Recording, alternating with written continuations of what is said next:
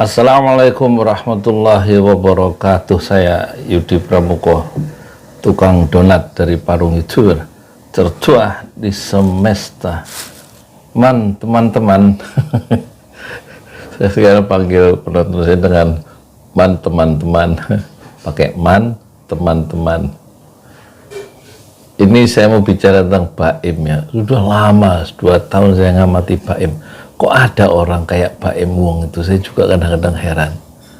Itu kemarin saya lihat dia tuh ngasih uang 50 juta ke apa? Ya taruh situ, teh sebentar teh, aku lagi rekaman. Bihunnya makasih ya. Saya minta dibikinin bihun putih, saya nggak makan mie. Itu sekarang tadi bihun putih, mie putih. Dia ngasih 50 juta ke orang yang menggagalkan penipuan atas nama Baim lewat itu ya, lewat apa itu, lewat online itu, apa lewat yang di itu loh, di Alfamart di Makassar itu. Masya Allah, ngasih uang sebanyak itu untuk biaya berobat bapaknya yang kena kecelakaan kebakaran itu. Masya Allah. Terus yang baru saya lihat itu dia ngobati itu ya, ada keluarga bapaknya kakinya apa namanya, pakai kaki palsu, yang supir Grab itu, driver ojol. Kemudian anak perempuannya itu kena apa tuh, leukemia akut. Terus kemudian kakaknya yang laki-laki yang baru selesai SMA kena kelenjar getah bening. Terus ibunya bekerja keras, supir ojol juga ya. Masya Allah, itu dibantu sama Baim itu sampai BPJS-nya yang tidak aktif dibayarin sekitar berapa, 15 juta gitu. Terus dibawa ke rumah sakit, dipermudah ketemu dokternya supaya cepat dioperasi. Wah, luar biasa, ngasih uang sebelumnya ke keluarga itu. Kalau bahwa itu semacam flexing, seperti pamer kekayaan, dipamerkan beli seperti apa, Doni Salmanan atau Doni Salmanan yang suka ngasih uang itu di kontennya, karena uang yang dihasilkan dapat dari binary option atau dari judi binomo itu berbeda ya. Beda juga dengan gaya pamer siapa si Indra Kents atau Indra Kusuma yang sekarang ditetapkan menjadi tersangka dan kena ancaman hukuman kemungkinan 20 tahun penjara karena penipuan dan pencucian uang lewat itu judi online. Ini berbeda ya. Siapa? Baim ya. Di dalam Al-Quran itu kita infak itu boleh dengan 4 cara. Boleh dengan alaniah, dengan terang-terangan, terus dengan alaniah, terus dengan sirran, dengan sembunyi-sembunyi, nggak dinampakkan ya. Yang satu boleh dinampakkan, betul juga ya. Jangan gampang-gampang terus kita menilai orang itu ria. Ria itu kita nggak tahu ya, niat Baim itu kan yang kita lihat bahwa dia memberikan sesuatu dan menolong orang dengan cara terang-terangan dan disebarkan ke 5 benua. Itu boleh kan di dalam Islam. Ada istilah alaniatan ya, diumumkan, diiklankan ya, Iklan itu kemudian menjadi bahasa Indonesia menjadi iklan ya, i'lan, alaniatan ya, dilakukan dengan terang-terangan itu boleh. Terus kemudian boleh juga dilakukan dengan sirron, mana yang lebih utama, sama-sama utamanya ya.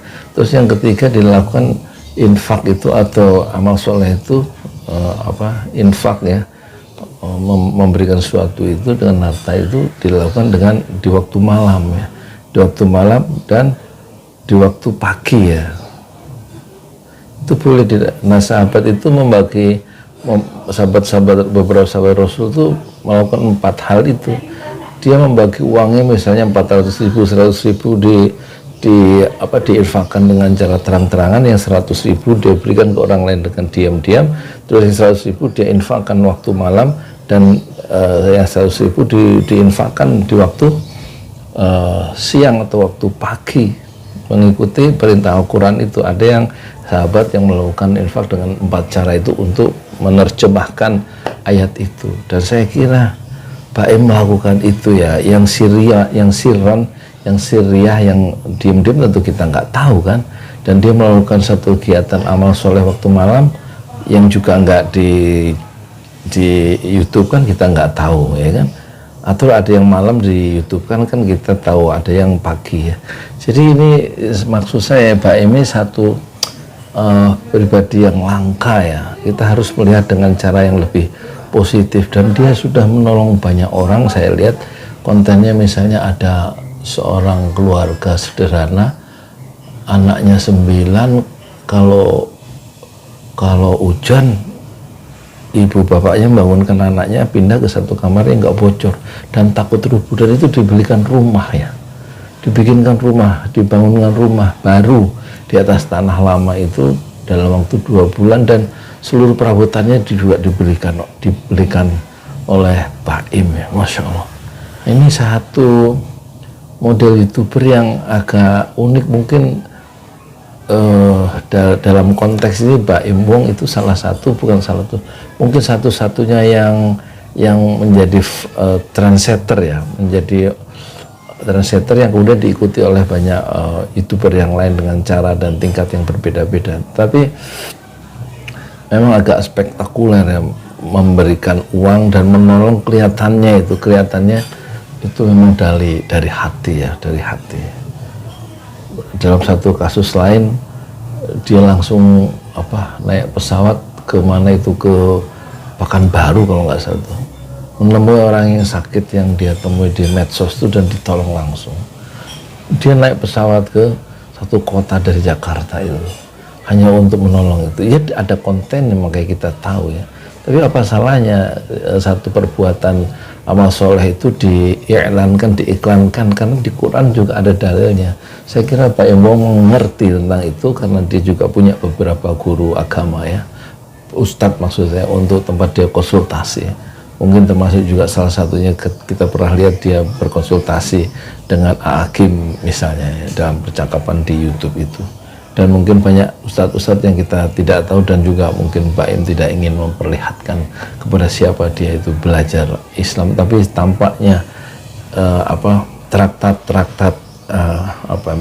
dalil-dalil Al-Quran dan Sunnah itu juga terserap, sudah istilahnya ya, sudah menyatu dalam struktur kepribadian Pak Embong, sehingga dia punya satu sikap hidup yang begitu murah dan mudah dia menolong orang lain ya. Kedermawannya itu kira-kira seperti angin yang berhembus ya. Tentu kedermawanan Rasulullah itu tidak tertandingi, itu manusia luar biasa yang lebih dahsyat, dan mungkin Pak Im dibandingkan para sahabat yang dermawan itu tidak ada apa-apanya ya, dibandingkan Utsman, Umar ya, Abu Bakar misalnya memberikan 100% hartanya untuk dakwah misalnya. Waktu ditanya oleh Rasulullah, apa yang kamu tinggalkan untuk keluargamu, kok semua diserahkan untuk dakwah? Apa jawab Abu Bakar? Ya, saya tinggalkan Allah dan Rasulnya yang ditinggal untuk keluarganya, hartanya diserahkan. Kalau Umar masih kalah sama Abu Bakar, Umar menyerahkan 50% hartanya untuk dakwah, untuk orang lain, untuk dakwah Islam, 50% untuk keluarganya.